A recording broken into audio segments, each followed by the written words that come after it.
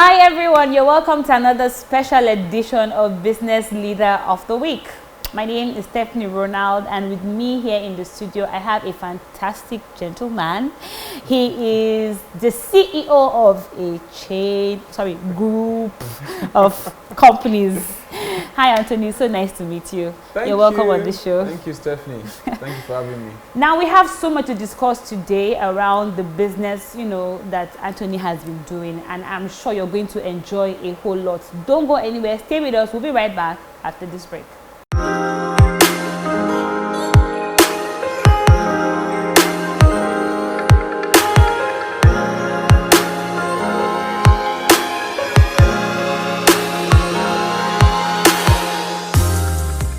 You're welcome back from that break. In case you're just joining us, make sure that you like, share, and subscribe to the DABA TV channel.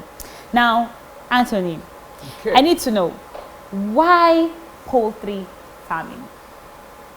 Interesting question. Okay, Yeah. so why poultry farming? Like I've said it severally, I grew up just like a normal average Nigerian. We grew up, and the idea was, what was drummed to our head was, go to school, get a degree, then work in oil and gas, or banking, or telecoms, And we were told that agriculture is meant for the uneducated guys. Yeah, the poor people, the ones who live in the rural areas. And nobody was thinking about, if you have your ties on, your AC office, how do you eat the food you eat? Where is the food coming from? So what changed in my perspective was in 2010. I actually worked in a bank for about 3 years. Whoa. Within 2007 and 2009. So you had done the process of going to school, graduate, come and do collar job. I've done collar job. I've done collar. So I did banking, and then in I think 8 or 9, I was on a conversation with my dad, and he said, I knew you were tired of this thing. I also was tired actually, because banking, you're supposed to go to work very early. I was doing the banking job. I wasn't struggling with it. I was doing it well. Yeah.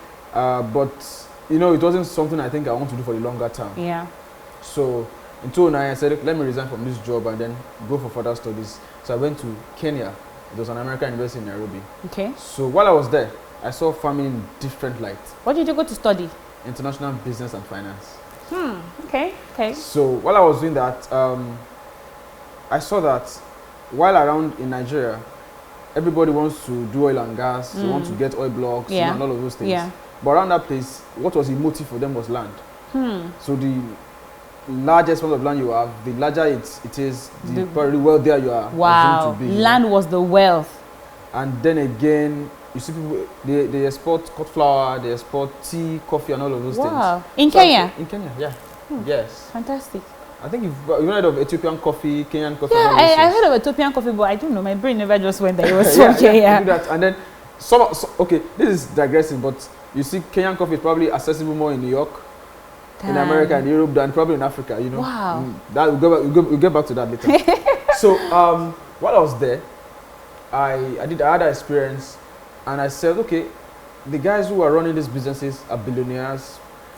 They don't look like the typical farming image that we created in our minds and all of those things. I said, there's something different about this thing. Yeah. So I felt, okay, let me do a bit of research. Yeah. And in 2011, there was this East African drought that killed almost 900,000 people or thereabout, and displaced millions. So at that point, they were begging for food aid and all of those things in East Africa. So it occurred to me, and I said, okay, if you're begging someone else for food, or trying to import food from another continent, it means they fed themselves first, then they have enough to sell to you.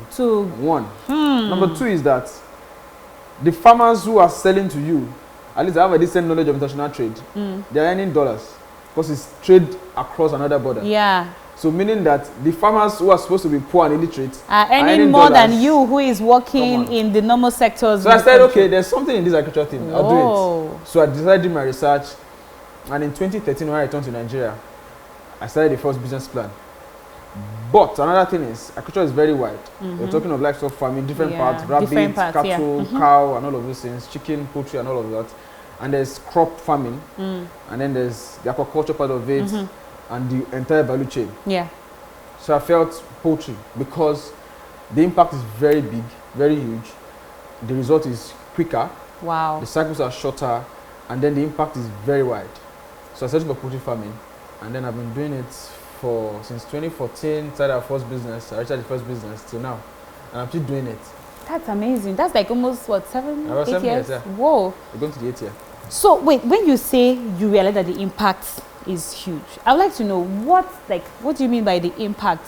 Because for a lot of Nigerians, poultry farming is still a business of the rural areas, of the poor guys, you know.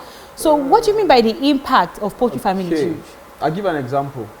So for you to have one chicken raised, there's a farmer who has grown, a crop farmer who has grown those grains that they grind together to make the feed. Yeah. Now, that farmer is in business, raising those grains, maize, sorghum, and all those things they use. Then it goes to the feed milling companies. You have very huge, some other listed in stock exchange in Nigeria. Whoa. Feed milling companies, yeah. So you have feed milling companies patronize those guys. Now, the feed milling companies provide feed for the farmer. Okay. The feed milling company, as investors, as staff members, management, and all of those things, full-fledged business on its own. Yeah. Then they have those who produce the day-old chicks, the hatcheries. That is a line, like all you do just to produce day-old chicks, the hatcheries. They produce day-old chicks. They're there because you have to incubate the eggs for I think 21 days before it's hatched, and you have day-old chicks. That's another business on its own, employing people. Then you have those manufacturing vaccines and drugs for those chickens. For the chicken. That's another business entirely on its own. Then before it now comes to you, the farmer. Now, there are also distributors in the value chain. So those who distribute feed, those who distribute vaccines and drugs, those who distribute the day-old chicks in between. They're also getting some kind of income before it gets to the farmer. Now the farmer raises the birds. Then when you're done, you also sell to those who have to resell in the open markets. Package those and all who of buy that. from restaurants to make also more money to return to other people. So the value chain is supermarkets and all of that. Those things. So from the person producing, the farmer producing the input for the feed, down to the consumer, there's a lot of activity going on that nobody sees. And then again, these things are moved around the country. So transporters, logistics also get some kind of from it. So that's a huge impact of the value chain. And again, why I said also it's very huge is because when I came into the system in 2014 thereabout, my research said 30% of what we produce locally of our consumption is what we produce. So the shortfall of 30% of what we need, of what we consume, about 1.5 million metric tons, is what we produce locally. Wow. So there's 70% gap in the business. That is still left on. That makes smuggling thrive. I see. You know, so I think, but now I think it's better now. More people have come into the business. Yeah, the whole health thing that has been going around. People think about, the health thing about consuming imported chicken, the preservatives that are and all of that, not chemicals, So people want to buy chickens that are produced locally, that they processed maybe a day or two without preservatives, and they can consume easily. Yeah, so I think that has made also the market also boom. Wow. You know, I never thought about the fact that there's so much in between. There's a lot. All that we see is the poultry farmer that goes into the chicken poultry and is, you know, messing with all the what do they call it, the chicken poo and all of that. So that's all you see, that's all we ever see in the agriculture sector. Yeah. I also like to know, in terms of poultry farming, I know you've mentioned the fact that you've seen that there's a huge impact in the industry, and that's why you went into the whole sector. Now, with the idea you had when you were starting the business and the reality of what you experienced in the business, what is the difference? What do you think happened? For small businesses, when they come into business, when I came in as well, I have a bit of background in business, and when I was in Kenya as well, I worked for an accelerator, a consulting firm that works with startups for a year. So that was like my first experience with entrepreneurship. People come with ideas, and ideas turn into businesses. I raised money and employed people. That was my first experience. So while doing that, also with that knowledge, I came back, I did my business plan, you know, financials, projections, and all of those things. I have a finance background, so at least that aided you. You didn't come in blind. It was useful, It's useful. Because as an entrepreneur, you have to track the money. You have to you have to follow all the details. Follow the money details. So I did the first business plan, projections, and all of that. But when I started the business, that's the face. That's it right there. That's what happens. When I started the business, actually, it didn't go with the projections. So that's why naturally, if someone is talking to me about business or investing now and saying write a business plan, I'm like, I don't do business plans. Because those things don't tally. What I do majorly is business models. Tell me, how is this going to bring money? What customers are you going to serve? How do you want to process it? Make this money, and I'm fine. So the rest of business plan, trying to make some kind of voluminous document, is and just doing numbers, just make it, creating figures. It's just making it look like, okay, you're not completely ignorant of the business. Don't get me wrong, business plans are great. Do it, because business plans are encompassing. They tell you about operations, logistics, staffing, management, and all those things. But it looks at the details. Even if you have all those things, the only thing that will survive the business is sustainability of income. How do you make money? What's the cost of making that money? And who are the people that you're making money for? And how long is it consistent? There are businesses that you do seasonally. There are businesses that you do that probably in the next 5-10 years is not be there again. So that's true. It's all of those things. So you have to understand that fact. So started a business, and then we did. Challenges came. I actually lost money at the beginning. And actually mine was even a bit, I think, better. I started a business with a grant. I got a grant in 2014, actually. Oh, okay. You win grant. You applied for a grant? Yeah, I did. So the issue of no capital was not even a problem? It was not a problem. And that's why I confidently tell anyone that if you say what is stopping you from starting a business is capital, you're not I tell you, I'll give you 10 million in 1 year, you'll be broke. Hey. I say this very confidently. Our graduates, we are graduating from school, and I say, okay, you are 1,000 graduates from this university, give them 5 million naira each. Yeah. 90% of them in 2 years, a year, they'll squander it. They'll be broke. So, and a few of them will be richer. They will probably make more. So it's not the money that's the problem first. It's understanding the business, the market, the customers, how to sell it. And having the right mindset. Yeah. And my journey was, after that, when I say I lost money, it's not because I threw the money away, but because I did something wrong. While we were starting off in 2014, 2015, poultry farming is actually largely dependent on very heavy structures. You have to build big pens, acquire cages, and all those things. So we spent a lot of bulk of the money on infrastructure, not the business, but on what will bring the money, making the business thrive. I'll explain. There's a way I spoke, I think some 3 or 4 years ago. Someone said, why are you saying we shouldn't rent a shop and all of that? And I said, the first time when you're going to start a business, it's not renting a shop that's a problem. It's not renting an office. You don't need all those things. First of all, know how to sell the market first. Then the market can generate the money to fund all those renting. Things. I agree. And then we did. So what we did was we invested more on infrastructure. So we built a pen at our capacity at that time about 2,000 beds, running to millions, and we had about 200 or 300 beds in that pen. So you have a capacity that can hold 2,000 beds. You're using less than 10% because we built massive infrastructure. So if I knew what I know now, then I probably started retailing eggs, retailing chickens from other people that are producing, and then build infrastructure gradually. But of course, I went back to drawing board. It was a challenge. Let's do this thing, and I was able to overcome the part of raising money again and all of those things. That was settled. Another thing challenge was the market. So I came in with a business plan that sell this chicken, there's a gap in the market, 1 + 1 is 2. You know, those kind of things. And the market humbled me. Wow. I can remember the first harvest, 2015 August, our first chicken, we were not able to sell them. Okay, so what did you do with it? That's why the fact that there was a big gap in the market. We were not able to sell chicken. So what I basically did was, another thing is, I spoke sense to myself. So as a leader in business, politics, anywhere you are, in church, any organization you are leading, when something's are wrong, even if you're not directly responsible for it, you take the blame. You take responsibility. Absolutely. I said to myself, you're not doing this thing right. Yeah. There's a problem. There's a problem that you're not seeing. So I went to the market myself, led my team there, and I think about it's team. I had 1 staff. So it's a team. Yeah. I like the spirit. So, and okay, by the way, from the beginning, if you're building something big, you know. So even in times where I was probably only 1 or 1 staff, the company was doing for me. And I use the word the business. It's totally different. So if you're building something beyond you, you know. From the beginning, you know. It might not be big, but the attitude will be there. Exactly. From the beginning. I agree. So I went to the market, asked the women selling chickens at the market, open market. That's why if I go to the open market in Bayelsa and I call it Swale Market, the biggest market in our state. The market, all the chicken women there, they're my friends. Like, they know me. I've sold chicken to them. But I've stopped selling anyway. But I've moved. That's another thing as a business person. You have to understand when you have to leave operations and move into strategic things. So because you are supposed to think for the business. So you leave operations and move to strategy.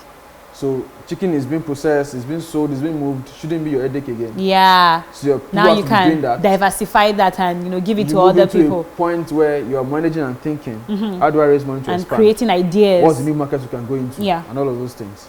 So we did that. We were able to sell. Then moved on to 2016, 17 and 18. The big break. Everything was going well now. And people wanted to invest and say, oh, I want to invest in your business, it's doing well, I want to take a share of it and so on. So not trying to derail that business model and the structure we had. So we actually came into the idea of crowdfunding.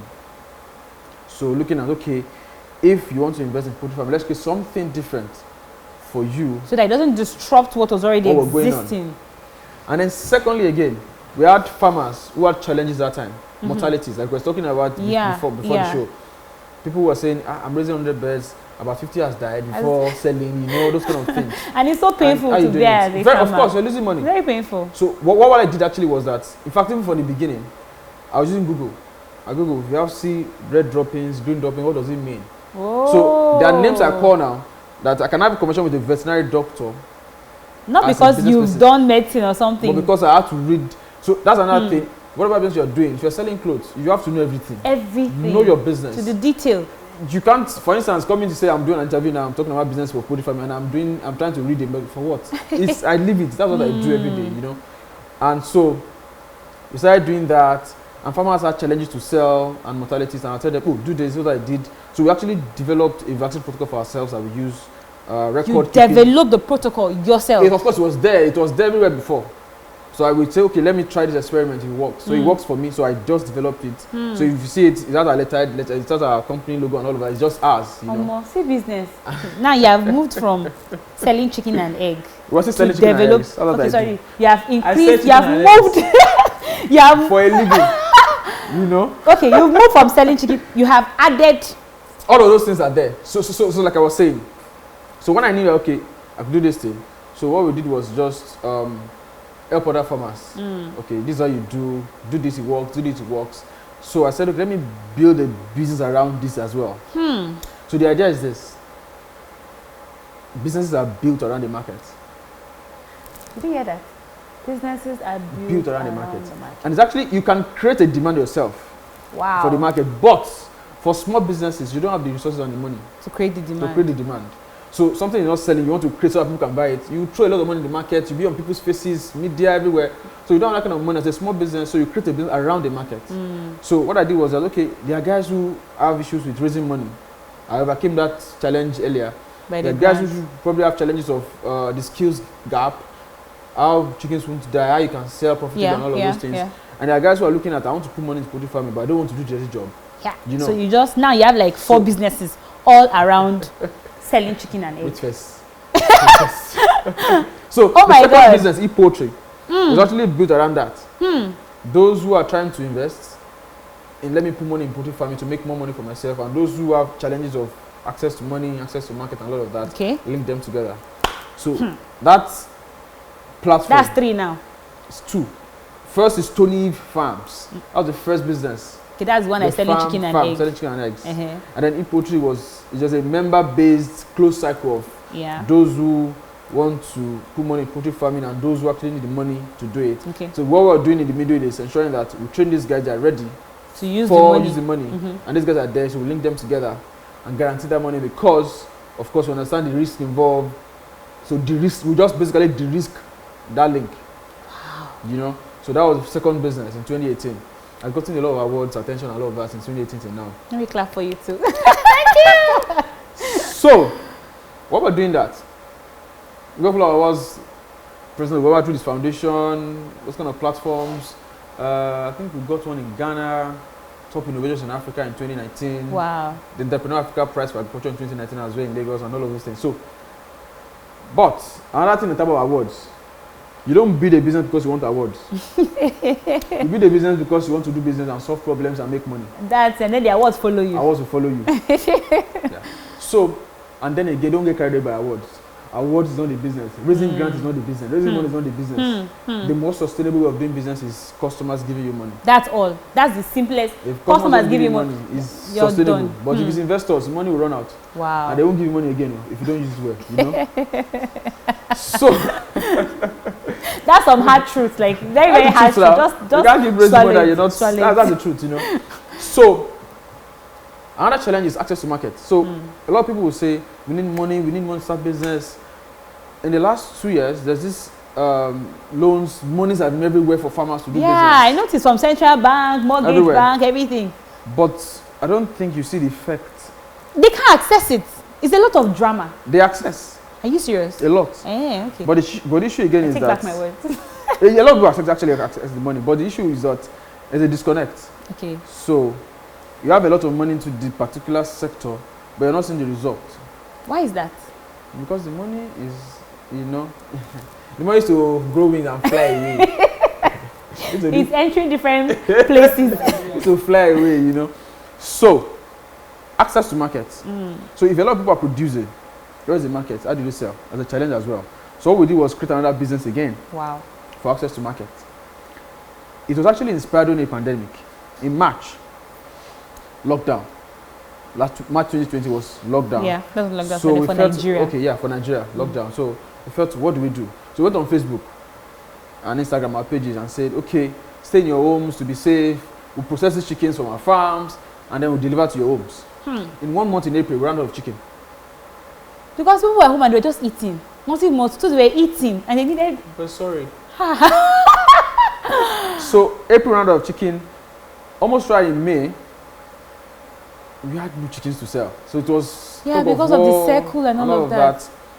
So we felt, okay, online, Facebook, they're ordering, calling numbers. To make it convenient for you, to create a platform, chickenpalace.ng. So an online platform where you can order chicken and eggs for your homes and your, you know. So that was the first business online. And then when the lockdown was eased in September 2020, we launched our first physical outlet. Okay. The second outlet is actually being worked on currently. By July, we should launch second outlet as well. Wow. So that one you just walk in and process. Walking and it's already processed. Processed in the farms, our farming So it's partners. frozen food now? We don't call it frozen because chickens are processed. If it's processed today, it comes to outlet the same day.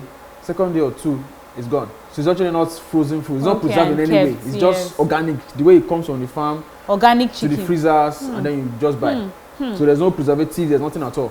And it's sold quickly. So we don't actually process everything just at once. Yeah. It's maybe every 2 days or every 3 days in batches. Yeah. So it's always fresh for you to buy. Wow. So online and physical outlet, Chicken Palace. So it's focused on access to markets. So we have farmers work with right from Benin, in Edo State, in Port Harcourt, in Delta, in Warri, and all of those. So you have chickens. So we have communities of farmers. You have 200, you have 100, come together and have 1,000. We locate a processing place for you in your location. So you process chicken there.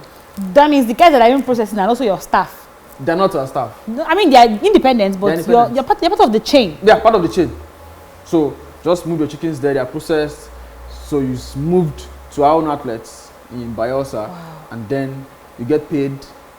So as a farmer, you're not bothered about, I'm looking for market. Who is buying? Your own is just produce. Just produce chicken and send to these people. Let people just help you do the market. And you now find the customers. You look for the customers. So that's the third access to market. So you're saying 4 before. So the fourth one that we're building actually now is similar to what you guys are doing, the massive thing you guys are doing. So it's basically we're looking at education, knowledge, poultry farming, the poultry business. So basically just about the knowledge we've built over the last 7 years in business, trying to also pass it down. Pass it down. And of course it will be free, you know. You pay for it. This man, I need to like remove your brain and keep part of it somewhere so that it can be visited. But I give it to you. I mean, this is fantastic. I grew up, my father used to be a farmer and he did poultry farming. Used to be. Well, I think he's getting older now, so he's coming down a little bit. But he has farms at the backyard. Yeah, of course. They always do. They always do. But I think he has moved from poultry farming to normal, you know. To crop, vegetables, crop and all of that. And I used to see how those chicks used to die. It used to scare me. But having seen all that you've said, I can see the huge difference. There's obviously a huge difference between farming, poultry, and doing the business. Selling. Yeah. So like And everybody will say, the business of what you do, I don't know who made that quote, but I know the business of what you do is more important than what you do. So the business of what you do is more important than what you do. So because a skill is a skill. The business of that skill. The business of that skill is different. It's different. There's a method for building businesses. Not everybody can build a business. Yeah. And people that are not building business are not dull. Because if everybody is building, then nobody will build with you. So they have to find the balance. Yeah. So look for what works for you. For instance, when I was doing banking, I was this guy that go late to work. Banking, banks are supposed to go very early. Yes. I'm going late to work. There was a time, and when I'm going to the office that time, my ties, I don't like tie. So I wear short, I wear my shirt and my trousers. My tie is just one rope. I carry it, and when I get to the office, I'm not time. Where the time my manager was like, one day Tony, you dress naked to this office. So it's not that I wasn't banking is not good, but because there are those who love it. It was good. I was doing it. The income was good. It's getting salaries, and doing banking 2007, 2008 in Nigeria was relatively good. So, but I wasn't feeling the thing. But what I do now is you love it. So what I do basically is even beyond just poultry. Of course, it's poultry. But it's beyond. But I enjoy building businesses. Like this is an idea. This is a market. Let's build this thing. So you're looking at you started from just zero, just an idea. And you can build into revenue. You are just making millions of revenues, and then they have staff. They're working, you're employing people. Instance, you're creating a whole chain of things. Our Chicken Palace outlet, for instance, the platform. There's a GM that's in charge of that, who is in charge of our whole access to market. So he's one relating with the farmers and the customers directly, and the people processing it and all of that. And it's there, a staff working under him. From what he's doing, we're putting another outlet, more staff, and you're still paying people, sir. So the idea is this now is, at a point, if you have the metal to build businesses, you'll be someone that will naturally be sacrificial. You have patience. Because it takes a lot of things, of effort to build a business. Yeah. And like I tell my staff too, as when we do meetings, and I'll say, there are two ways to succeed in this life. It's either you are the leader, carrying the whole load, or you look for a leader that's carrying the load and follow, that you believe and follow. That's the shortcut. That's the only two ways. And if you follow it, if you actually have the thing in you, you recognize someone who has it. Who has it? And wisdom is basically the ability to recognize difference. So you know this person is different. This person is different. Let me follow this person. And you see that when you're following the person, you're growing. In terms of the money in your pocket to grow, your income will grow, your mental whatever will grow. And then again, there's another thing. The platforms you can access will be more. On your own, you might not be able to access it, but with that person, you access it. And what we're doing as entrepreneurs is beyond you. It's beyond you. How many money will you spend? Like, I like that. What are you going to do? At the end of the day. It's totally beyond you. So creating jobs, creating impact, creating money for people to invest, creating wealth is the idea. You're just a tool. At the end of the day. Yeah. Okay, so quickly, I'd like you to tell people that are out there that are watching and are wondering. You've said a lot of things about the agricultural sector and poultry in particular. Yeah. How do I start? How do I tap into these things? What would you say to that eager person who is thinking, okay, maybe agriculture. Maybe. Okay, so don't go into it because you think I look fine. Or you think I'm doing well. On a good day, you see me in my shirt. But okay, farming has changed anyway. So what I would say, generally for any business, the first is knowledge. Is when I talk, I'm talking from the depth of knowledge of what I do. I know it. Yeah. So whatever you're going into, agriculture or any other thing, is knowledge first.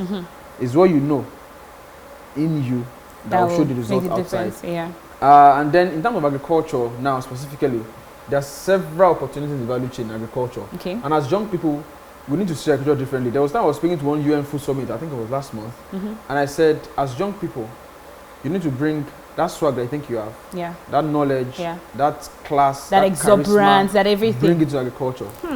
So if I talk to you normally and said I sell chicken and eggs for a living, some people think I joke. Even if you don't want to buy, the fact that there's swag and there's, you understand what I'm talking about. You want to buy it. You will think twice about his own type of chicken and egg. That's swag too. So, so I said, just bring everything you have, everything you are, the energy and all of this, and the passion, bring it to that business. So, if you're doing cat, you're not someone that exports Zobo to the UK, US, and Canada. Export Zobo. In fact, what they're doing currently now is they call it hibiscus tea. You know when you have Lipton, those sachet tea. They call it that pack. It's Zobo. It's currently building another one in can and bottles, red wines. So, it's Zobo, yeah. I know somebody that exports pap. Yes, people export catfish. What are we doing? So now the thing is this: agriculture has moved. Population is increasing. There'll be more mouth to feed. Yeah. So agriculture will not run out of business. You still be doing business. Yeah. But the thing is this: the money is not in the commodities. Yeah. The same way we're exporting crude oil. The money is in the adding value, processing. For instance, I'm doing an MBA currently in food security in Netherlands. And when I was in that country, just 17 million of them, they are less than the population of Lagos. But their export in 2019 of food and agricultural items was 100 billion euros. 2019. And agriculture is like 3% of their GDP. Wow. 100 billion euros revenue, exports of food and agricultural items. Wow. They owe Nigeria 200 million. In 2019, that same year, we exported $24 billion of crude oil. And that was the major earning that we get in dollars. Oh my God. So you're looking like, okay, you know the meaning when I said 100 billion euros, 70 million people. Is huge. Like, you can't even. So, what's the challenge? Over half of the world's cocoa is grown in Africa. Côte d'Ivoire, Ghana, and all those countries. Yeah. But in the top 10 countries producing chocolate, no African countries there. We only export it. So it has to be value addition. And then, for instance, crude oil. Yeah. There's several thousands of byproducts from crude oil alone. Yeah. Maybe the clothes you wear, insecticide, this and that and so on. And all we focus on is the fuel. The fuel and petrol and kerosene. And kerosene. Even that one, we don't even produce it, we import it. We import? Okay. But we import petrol now, subsidy, all those things. So, if we don't approach agriculture in a way of value addition, of adding value to it, lose out on it. It's nothing. Nothing you can do. You can't, the money is limited. That's why you guys in the internet space now is unlimited. Yeah. It's kind of democratized. You can create a lot of jobs, tons of jobs. But if you're doing farming, for instance, at the time I'm introducing technology into farming, probably I use 10 people to do this particular thing. When it's technology inside, I probably need one person. Yeah. So on the longer term, the jobs might not be so big around there. Yeah. But in the processing, and that processing thing is more of manufacturing. I noticed processing is actually growing. The knowledge for processing, and not just it's agriculture, everywhere. You have to add value to these things. It's growing. It's growing massively. And for instance, when we came in 2015, I was doing research about, and I saw there's powdered eggs. So Nigeria imports powdered eggs almost $1 billion every year. Eggs. Import powdered eggs, yes. Because now the thing is, we don't have the machine to dry it and all those things. You know, most of them are not there. People are still doing table eggs, normal eggs, you know. So even if you have that kind of machine, the issue again is that the market. Do you have enough? Don't have a market. Do you have enough eggs to process? To give you that. There's a machine we're currently working on getting from our Dutch partners currently. And I just put this old video like, if I get that kind of machine that is a lot of money, I won't have enough chickens to process. So you can't keep a machine fallow. It doesn't make sense. You're not making money. You're not just making use of it. So I think the thing is, while we're increasing production, at the same time we're also building the part of processing, and that's the opportunity in the value chain. So you can be in agriculture, and your own focus is, I'm investing in logistics. How do they move day-old chicks? They're very tender across the country in an air-conditioned bus. If you do that, you're in big business. Because currently, what do we move them? Just our normal buses and transporter that you do them. Sometimes they come around, there are maybe one or two is dead, you know, they're stressed along the road and all of that. So if you can create a solution for logistics for day-old chicks around the country, you are making a lot of money. If you are the one that is saying, okay, let me ensure feed prices are like 7 to 80% of the cost of poultry. Yes. So looking at alternative ways to ensure that, I can reduce this cost. It's a business. So there's a lot of business in the value chain. I think that the ability to see. That's the thing. It's a very, very important. One of the things I've learned in this interview is the ability to see. You need to be able to identify where the issues are. And for you to see it, it means that you have to put your mind in it, have an in-depth study, be part of it, then you can now see. You cannot see from outside. You cannot stand from afar and see what is happening inside. I mean, I'm so grateful. Thank you so much for today's eye-opening conversation. There is a lot going on in Nigeria. Young people, wake up from your slumber. They are trying. No, they were still far behind. But you can try more. Thank you. What's the thing about young people again is that the environment where it is stifling you. But if you can make it, I mean, a lot of people can. Hot take from you. If you can make it, and why they see this? Just one of the things you said, the ability to network, to see people that have this spark and have this energy. Also great. And you network with them, it makes it easier. You know, it just gives some leverage. You have to find your way in a circle that is moving. You don't, just like stagnant water. Yeah. If you stay too much in a place, you stink. You stink. So you don't be following people that are stinking. Hey. Just so you can move, you know. Hey, word. Okay, guys, we'll come to the end of today's episode. It's been so fun having you, Tony, in the studio. I've learned so much. I hope you have. Leave a comment for us in the comment section.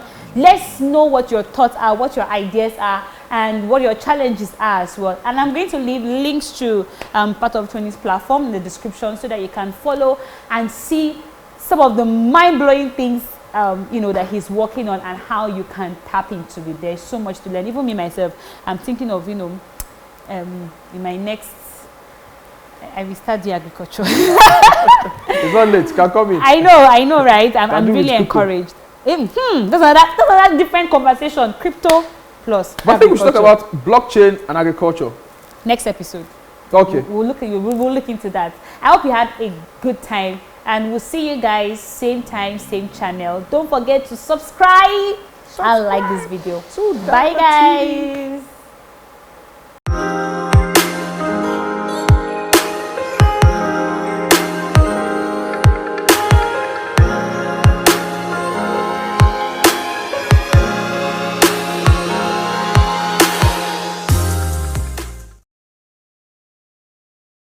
Hello, my name is Anthony Owei and a DABA student here.